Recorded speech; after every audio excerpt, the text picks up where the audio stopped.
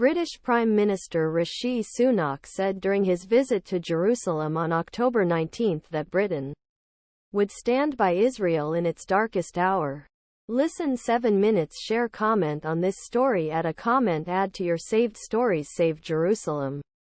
The Israeli army said that a barrage of rockets, apparently fired by militants in Lebanon, hit northern Israel on Thursday, and Israeli forces targeted the launch sites with artillery fire. The S have further fueled fears that the Israel-Gaza war could escalate into a broader regional conflict. ArrowRight. The cross-border attacks were among the heaviest ardments from southern Lebanon during nearly 2 weeks of bloodshed in Israel and Gaza. While Hamas branch claimed responsibility for attack, Israeli military said attack was authorized by Iranian-backed militant group Hezbollah, adding to sense of rising tensions. The region.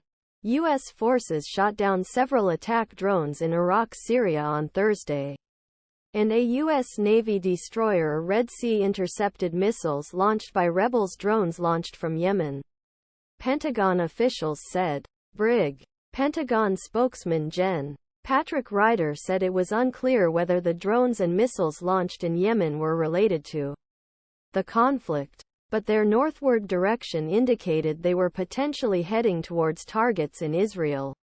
Both Houthi rebels in Yemen and militias in Syria are believed to receive weapons and support from Iran, which also backs Hamas, the Palestinian militant group that controls the Gaza Strip.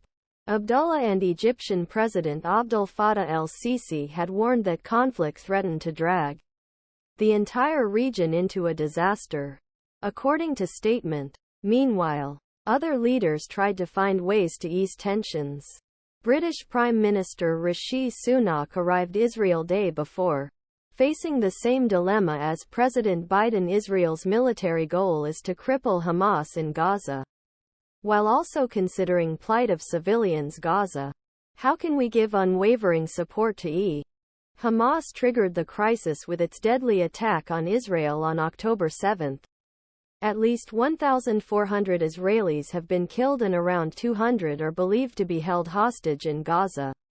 At the press conference he held with Israeli Prime Minister Benjamin Netanyahu in Jerusalem, Sunak stated that he was proud to be here with you in Israel's darkest hour and condemned Hamas' unspeakable, terrible acts of terrorism. However, echoing Biden, the British leader also called for aid to Gaza, emphasizing that the Palestinian people are also victims of Hamas and saying, "We mourn the loss of every innocent life."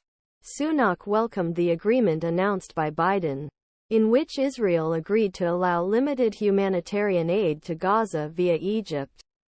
Sunak expressed hope that progress could be made in delivering food, water and medicine to Gaza. However, agreement, which allows up 20 trucks carry aid from Egypt's Rafah crossing, the only connection Gaza that is not controlled by Israel, is conditional on not delivering aid. Hamas in region. It can